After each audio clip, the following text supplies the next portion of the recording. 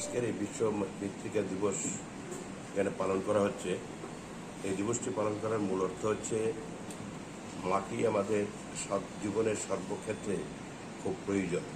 এই মৃত্তিকাকে রক্ষা করা এবং এই মৃত্তিকাকে যদি আমরা রক্ষা করতে না পারি তাহলে বিভিন্ন দিক দিয়ে সমাজের আমরা খাদ্য থেকে শুরু করে সমস্ত কিছু আমাদের মাটির উপর নির্ভর করতে হয়।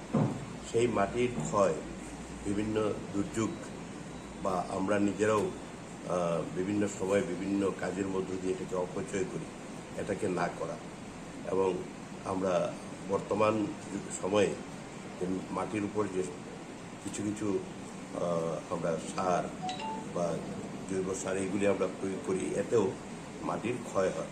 এটাকে কিভাবে আমরা রক্ষা করতে হবে, মাটিকে ধরে রাখতে হবে, আমরা জীবনের জন্য, আমাদের বাঁচার জন্য আমার মাটিকে ধরে রাখতে হবে, এটাই মূল লক্ষ্য এবং এই জন্যই এই দিবসটিকে পালন করি।